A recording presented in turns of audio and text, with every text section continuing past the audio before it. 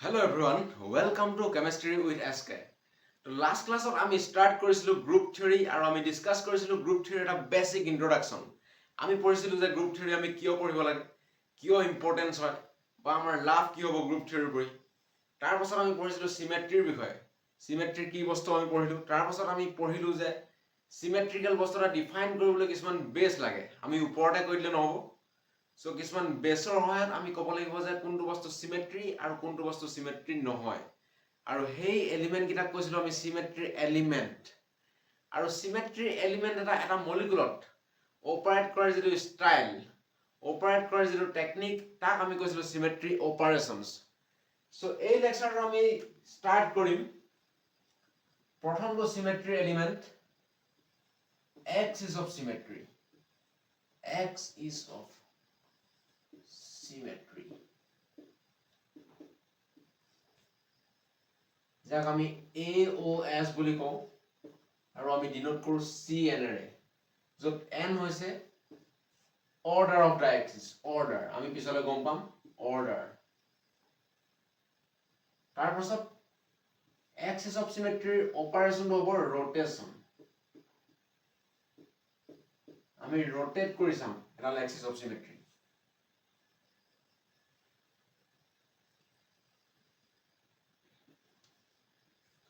So axis of symmetry আমি start কৰিবলৈ যাওঁতে প্ৰথমতে আমি জানিব লাগিব axis কি বস্তু এটা axis তো আমি সবে চিনিয়ে পাওঁ x axis আমাৰ বহু যুগৰ আপোন y axis বা z axis যদি আগলৈ থাকে তো -z পিছলৈ থাকিব এফালে -x বা -y negative direction তা এইবিলাকৰ এক্সিছৰ উপৰিও ইন বিটুইন দ্য এক্সিছ কিছুমান এক্সিছ থাকিব পাৰে x আৰু y ৰ মাজত কিছুমান এক্সিছ থাকিব পাৰে y আৰু z ৰ মাজত কিছুমান এক্সিছ থাকিব পাৰে বা x আৰু z ৰ মাজত কিছুমান এক্সিছ থাকিব পাৰে তো এক্সিছ মানে সিম্পলি আমি ধৰি লম এটা ৰেখা বা এটা কাঁৰ হিচাপে লৈ লম that is axis আমি এটা এক্সিছ এটা মলিকুলৰ মাজেৰে পাস কৰিব লাগিব তো মলিকুলৰ মাজেৰে পাস কৰাৰ আগতে আমি এক্সিছ অফ সিমেট্ৰি এটা ডেমোৰ সহায়ত এটা এক্সাম্পলৰ সহায়ত আমি বুজিম ধৰি ললো এখন আমাৰ ঘৰত ইউজ কৰা সিলিং ফেনখন কেনেকুৱা হয় সিলিং ফেন এখন আঁকিছো মই সিলিং ফেন এখনৰ প্ৰতিটো পাংখা বা প্ৰতিখন পাংখা সমান থাকে আৰু সমান ডিসটেন্সত থাকে তুমি চাবা যদি মোৰ সমান নাই হোৱা মোৰ অলপ অকা বেলেগ বেলেগ হৈ যাব পাৰে কিন্তু সিলিং ফেন এখনৰ প্ৰতিখন পাংখা একদম একে ষ্টাইলৰ একদম একে ইয়াত অলপ বেকা হৈ গৈছে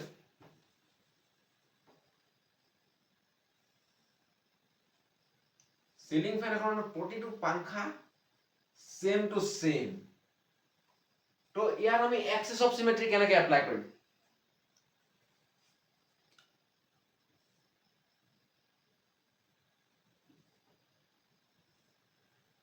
তো সিমেট্ৰি মানে আমি প্ৰথমতে পঢ়িছিলো বা ফাৰ্স্ট ক্লাছত আমি পঢ়িছিলো সিমেট্ৰি মানে আমি গম পাইছিলো যে এটা বস্তু আমি ট্ৰান্সফৰ্ম কৰাৰ পিছত আমি বস্তুটো একে দেখিব লাগিব বা বস্তুটো যদি ভাগ কৰো সো আমাৰ মাজতে ডিস্টাৰ্ব হৈ গৈছিল অলপ ইলেক্ট্ৰিসিটি প্ৰবলেমৰ কাৰণে সো আমি আছিলো ইয়াত এখন ফেনত যে এখন ফেনত আমি এক্সিছ অফ সিমেট্ৰি কেনেদৰে এপ্লাই কৰিম আমি কেনেদৰে চাম যে এখন ফেনত এক্সিছ অফ সিমেট্ৰি আছে লাষ্ট ক্লাছত আমি সিমেট্ৰি মানে পঢ়িছিলো যে এটা বস্তু এটা ষ্টেটৰ পৰা আন এটা ষ্টেটলৈ যেতিয়া ট্ৰান্সফৰ্ম কৰিম বস্তুটো হয় আমি একে দেখিব লাগিব নহয় বস্তুটোৰ প্ৰতিটো পাৰ্ট যদি ভাগ কৰো একে হ'ব লাগিব সো এখন আমি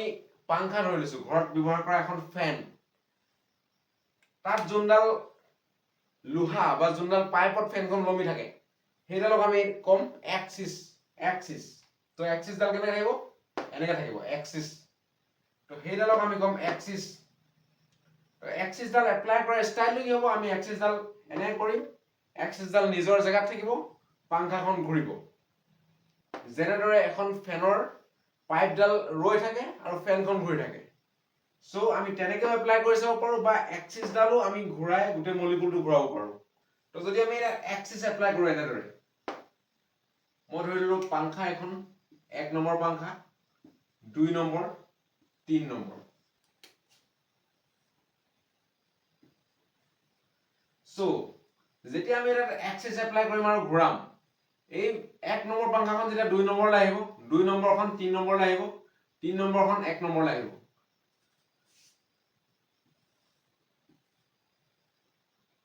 মই গোটেই পাংখাখন আঁকি নিদো এতিয়া তো 3 নম্বৰখন ইয়ালৈ গ'ল 1 নম্বৰখন ইয়ালৈ আহিলে 2 নম্বৰখন ইয়ালৈ আহিলে তো পাংখাখন যেতিয়া আহি যাব আমি পাংখাখন একে দেখিম না আমি ধৰিব পাৰিম নে কোনখন পাংখা প্ৰথমখন হয় সেকেন্ডখন হয় যদি চকু মুদি দিও চকু মুদাৰ পিছত যদি পাংখাখন বদলি কৰি দিয়া হয় আমি ধৰিব নোৱাৰিম 1 নম্বৰ 2 নম্বৰ 3 খন আমি ধৰিব নোৱাৰিম গতিকে দ্যাট ইজ কল্ড সিমেট্ৰি আমি এটা পৰ্যায়ৰ পৰা আনটা পৰ্যায়লৈ গলো কিন্তু আমি সেম দেখিলো তাৰ পাছত যদি আৰু আমি এপাক ঘূৰাই দিও সোঁফালে ঘূৰালে আমি সোঁফালে ঘূৰাব লাগিব বা বাওঁফালে ঘূৰালে বাওঁফালে ঘূৰাব আৰু এপাক ঘূৰাই দিলে আমি কি হ'ব ফেনখনৰ 1 নম্বৰখন ইয়ালৈ আহিব 2 নম্বৰখন ইয়ালৈ যাব আৰু 3 নম্বৰখন ইয়ালৈ যাব হয়নে সো এইটো কম আমি সিমেট্ৰি কাৰণ বস্তুটো খাপ খাই গৈছে এখন পাংখা এখনৰ লগত খাপ খাই গৈছে তাৰ পাছত আকৌ ঘূৰালো এখন পাংখা ইয়ালৈ গুচি আহিলে ইয়াত খাপ খাই গৈছে যদি আকৌ এবাৰ ঘূৰাও 1 নম্বৰখন 1 নম্বৰ জায়গাত গুচি আহিলে 2 নম্বৰখন 2 নম্বৰ জায়গাত একদম আগৰ পৰ্যায়লৈ গুচি আহিলে কিন্তু এই দুটা ক্ষেত্ৰত আমি আগৰ পৰ্যায়লৈ নাই অহা একদম প্ৰথমবাৰ যেনেকুৱা আছিল তেনেকুৱা নাই হোৱা কিন্তু আমি বস্তুটো একে দেখিম বস্তুটো ধৰিব নোৱাৰিম তো এই দুটা কনফিগাৰেশনক কম equivalent configuration equivalent configuration equivalent configuration ইয়াৰ লগত এইকিটা ইকুইভ্যালেন্ট কনফিগাৰেশন আৰু এই দুটা কম আমি identical configuration identical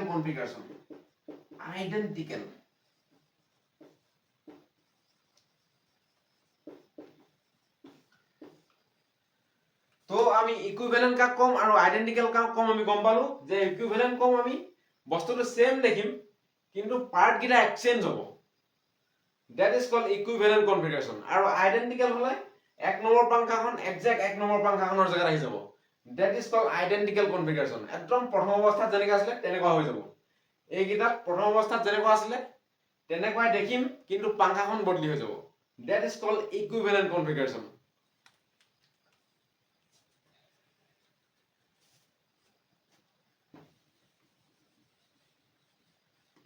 So after that,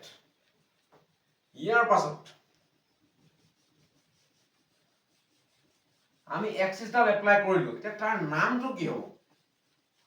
আমি তো জানিব লাগিব এক্সিসডালৰ নাম থাকিব সেই নামটো আমি গম পাব লাগিব এক্সিসডালৰ নাম গম পাবলে আমি জানিব লাগিব অৰ্ডাৰ আৰু অৰ্ডাৰ কেনেকৈ উলিয়ায় অৰ্ডাৰ ইয়াক এনে ডিনোট কৰে বা যিকোনো বস্তুৰে ডিনোট কৰিব পাৰে এনে ডিনোট কৰে মেইনলি 360 ডিগ্ৰী বাই থিটা থিটা হৈছে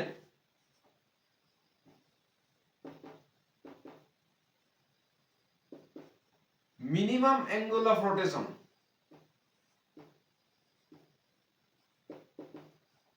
to attain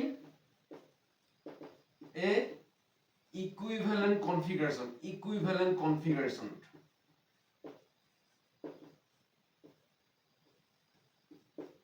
so equivalent configuration ta pabole ami minimum kiman degree rotate koribo lagbo that is called theta তো আমি মিনিমাম কিমান ডিগ্ৰী ৰোটেট কৰিছো যদি 360 ডিভাইড বাই 3 কৰি দিও আমি তিনটা পাৰ্ট কৰিছো গুটেটো 360 ডিগ্ৰী হ'ব আৰু তিনটা পাৰ্টত এটা এটা বস্তু আছে তো এটো 120 ডিগ্ৰী ৰোটেশন হ'ব 360 যদি 3 ৰে আমি ডিভাইড কৰি দিও 120 ডিগ্ৰী ৰোটেশন তো থিটা হ'ব 120 ডিগ্ৰী যেটো আমি মিনিমাম ৰোটেশন মিনিমাম ম্যাক্সিমাম তো নহব সোয়া এই এক নম্বৰ পাংখাখন আমি এই 3 নম্বৰৰ জায়গালৈ লৈ আহিলেও আমি ইকুইভ্যালেন্ট কনফিগারেশন পাম বাট এটো মিনিমাম এংগল নহব মিনিমাম হ'ব যদি আমি লেফট সাইডে রোটেট কৰো so minimum angle hobo 120 degree so 360 by 120 equal to 3 tar mane yar axis dal hol c3 axis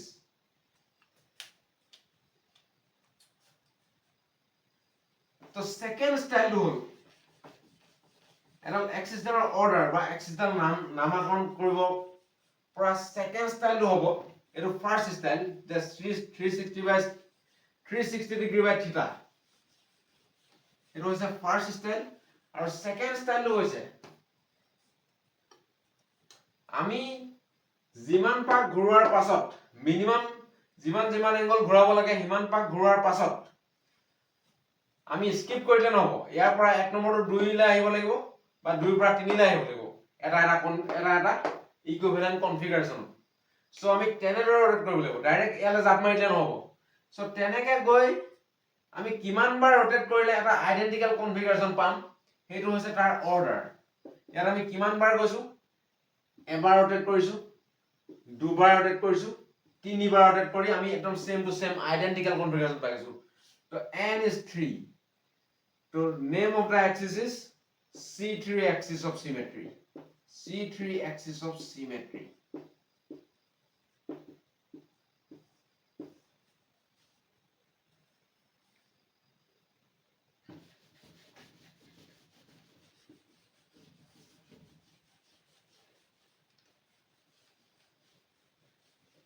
ইয়াৰ পাছতে আমি যদি এটা মলিকুললৈ যাও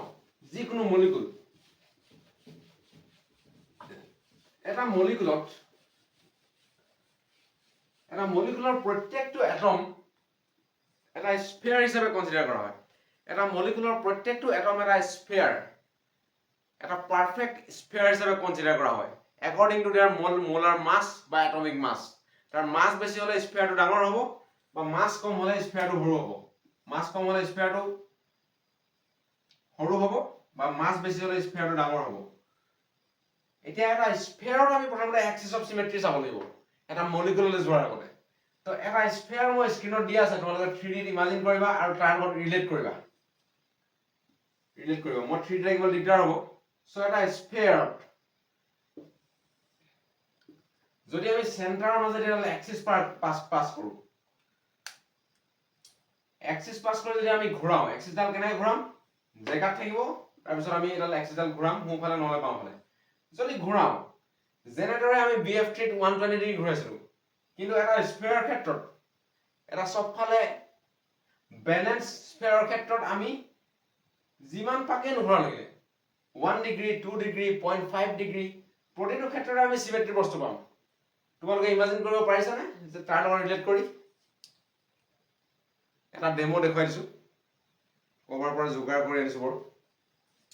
that is the sphere এই স্ফিয়াৰটো যদি আমি যিমান ডিগ্ৰী ঘূৰাও আমি একে দেখিছনে অকমান ঘূৰালো 0.5 ডিগ্ৰী যিমান দূৰে ঘূৰোৱা সেম দেখিম আমি বা এনেকে ঘূৰালো সেম দেখিম এই ওপৰৰ ব্ল্যাক ডখৰ বাদ দিবা আৰু মেড ইন ইন্ডিয়া এইবিলাক ইগনোৰ দিছ সো যিমান এনেকে ঘূৰালো আমি সেম দেখিম এনে ঘূৰালো হালধীয়া দেখিম তো এটা পাৰফেক্ট স্ফিয়াৰ 3D স্ক্ৰিনত দিয়া 3D ইমেজটো লগত কম্পেয়াৰ কৰিবা যে যিমান ডিগ্ৰী নুঘূৰা লাগিলে তাক আমি একে দেখিম সো কিমান পাক ঘূৰাম তাৰ হিসাব নাই তো আমি এক্সিসেলৰ নাম কি দিম তো এক্সিসেলৰ নাম আমি 0.5 1 ডিগ্ৰী 2 ডিগ্ৰী আমি হিসাব নাই সো আমি তাৰ এক্সিসেলৰ নাম দিম c ইনফিনিটি আমি ইনফাইনাইট পাক ঘূৰাব পাৰো so c infinity axis of symmetry তো এনেকুৱা অকল এডাল নাথাকে এটা স্ফিয়াৰত বহুত থাকিব তুমি এফালে পাৰ কৰা এনেকে পাৰ কৰা খালি সেন্টাৰৰ মাজে পাৰ হ'ব লাগিব এক্সিসডাল তো এটা স্ফিয়াৰত c ইনফিনিটি এক্সিস থাকে তো নেক্সট আমি যাম এটা ওয়াটাৰ মলিকুললৈ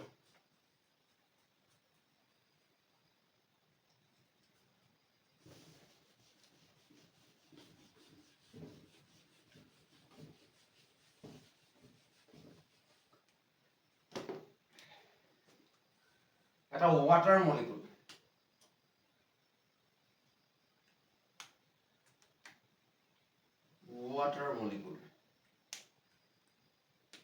ওয়াটাৰ মলিকুলটো মই স্ক্ৰীনত দি দিছো তাৰ লগত তুমি কম্পেয়াৰ কৰিবা 3D এটো অক্সিজেন O সো অক্সিজেনৰ সো প্ৰতিটো এটমক মই এটা স্ফিয়াৰ হিচাপে কনসিডাৰ কৰিছো তো এটা ওয়াটাৰ মলিকুলৰ ক্ষেত্ৰত যদি আমি এডাল এক্সিস অফ সিমেট্ৰি চাবলৈ যাওঁ আমি যদি এডাল এক্সিস পাৰ কৰো ইয়াৰ মাজেৰে যদি আমি অক্সিজেনৰ সেন্টাৰৰ মাজেৰে এক্সিস পাস কৰো এডাল এক্সিস পাস কৰো এতিয়া পাস কৰি এক ৰোটেট কৰি আমি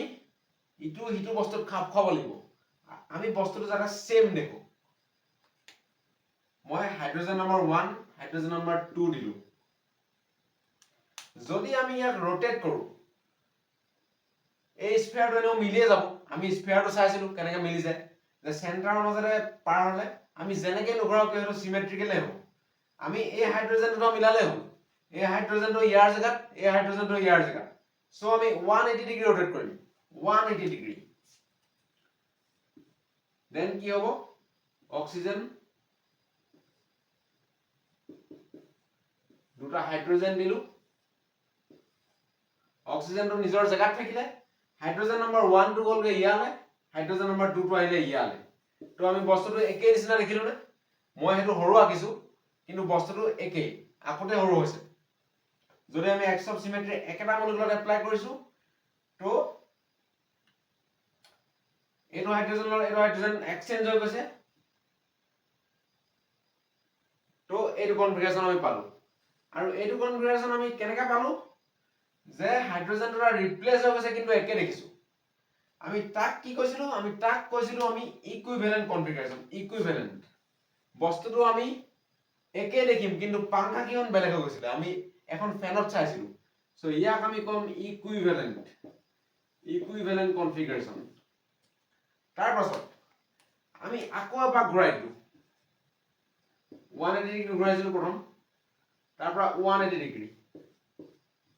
এটোৱে মিনিমাম এংগল ইয়াৰ তলত যিকোনো এংগলত ঘূৰালে আমি সিমেট্ৰি বস্তু নেপাম সো 180 ডিগ্ৰী আমি মিনিমাম ঘূৰাবই লাগিব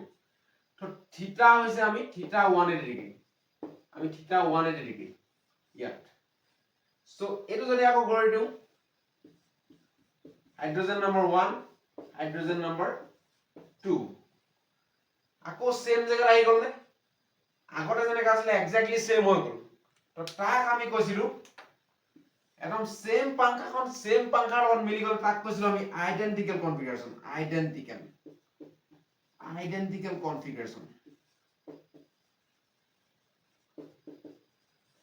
আইডেন্টিক্যাল কনফিগাৰেশন তো অৰ্ডাৰ অফ দ্য এক্সিস কি হ'ব এটা এক্সিস ডালৰ নাম কি হ'ব প্ৰথমতে আমি যাম n = 360 ডিগ্ৰী ডিভাইডেড বাই থিটা আছে থিটা হল আমাৰ থিটা আকৌ মই পাই দিছো 180 ডিগ্ৰী তো 180 ডিগ্ৰী দুবাৰ যাব 2 তো এক্সিস ডালৰ নাম হল C2 এক্সিস অফ সিমেট্ৰি ওয়াটাৰ এটা মলিকুলত আমি C2 এক্সিস অফ সিমেট্ৰি পাম তাৰ পাছতে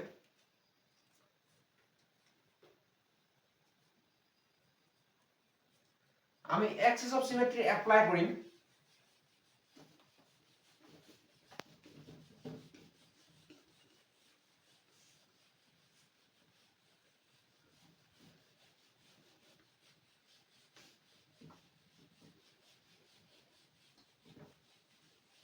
এটা ফেনৰ নিচিনা সেম মলিকুল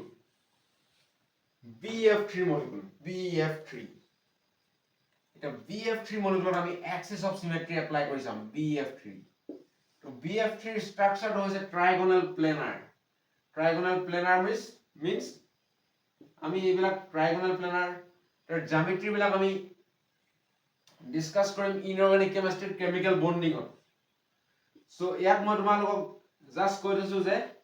এটা BF3 মলিকুলাৰ ষ্ট্ৰাকচাৰ আছে ট্ৰাইগোনাল প্লেনাৰ এখন ফেনৰ নিচিনা আমি যেনেকৈ ফেন লৈছিলো তো আমি প্ৰতিটো বস্তু এটা স্ফিয়াৰ হিচাপে কনসিডাৰ কৰিলো প্ৰথমতে এইকিটা ফ্লোৰিন ফ্লোৰিন ফ্লোৰিন তো সেম আমি এখন ফেনৰ নিচিনাকে ফেনৰ যিডাল পাইপ বা ৰডৰ নিচিনাকে আমি এক্সিস অফ সিমেট্ৰি পাৰ কৰি দিলো তাৰ পৰা আমি ৰোটেট কৰিলো ৰাইট সাইডে ইয়াক 1 নম্বৰ দিলো 2 নম্বৰ দিলো 3 নম্বৰ দিলো ৰোটেট কৰিলো 1 নম্বৰটো গল 2 নম্বৰত 2 নম্বৰটো 3 নম্বৰত 3 নম্বৰটো গল 1 নম্বৰত তো আমি কি পাম বৰন মাজত থাকিলে F ইয়ালে গল 3 নম্বৰটো ফ্লোৰিন ইয়ালে গল 1 নম্বৰটো ফ্লোৰিন ইয়ালে গল 2 নম্বৰটো তো আমি সেম দেখিম কিন্তু ফ্লোৰিন গিটা বেলেগ বেলেগ হল তাক আমি কম ইকুইভ্যালেন্ট ইয়াৰ লগত ইকুইভ্যালেন্ট তাৰ পিছত আকৌ এবাৰ আমি ৰোটেট কৰি দিলো ফ্লোৰিন একদম সেম টু সেম এখন ফেনৰ নিচিনাকে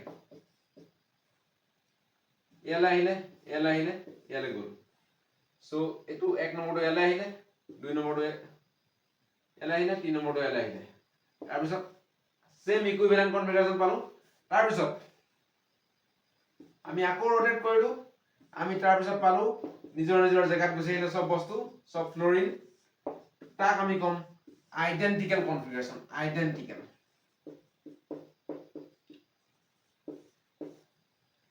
সো C3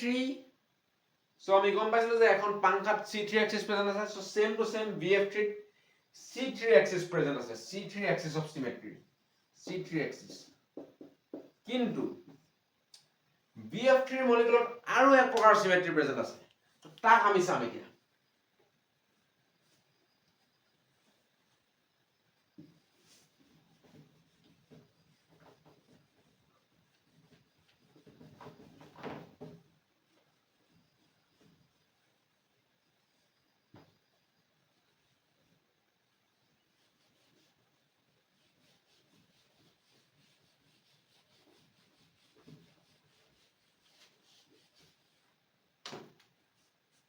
আমি প্ৰথমতে এক্সিস ডাল পাৰ কৰিলো এনেকে তাৰ পিছত আমি পাস কৰিলো এনেকে যাতে বৰণৰ স্ফিয়াৰৰ সেন্টাৰৰ মাজেদি আৰু ফ্লোৰিনৰ স্ফিয়াৰৰ সেন্টাৰৰ মাজেদি পাৰ হৈ যায় এক্সিস ডাল তো এই এক্সিস ডাল যদি আমি জায়গাত থৈ ৰখা ঘুৰাও তেতিয়া বৰন আৰু ফ্লোৰিন নিজৰ জায়গাত থাকিব এই ফ্লোৰিনটো এক্সচেঞ্জ হ'ব এটো ফ্লোৰিন নম্বৰ 1 ফ্লোৰিন নম্বৰ 2 তো এইটো এক্সচেঞ্জ হ'ব বৰনটো এক থাকিলে ফ্লোৰিন নিজৰ জায়গাত থাকিলে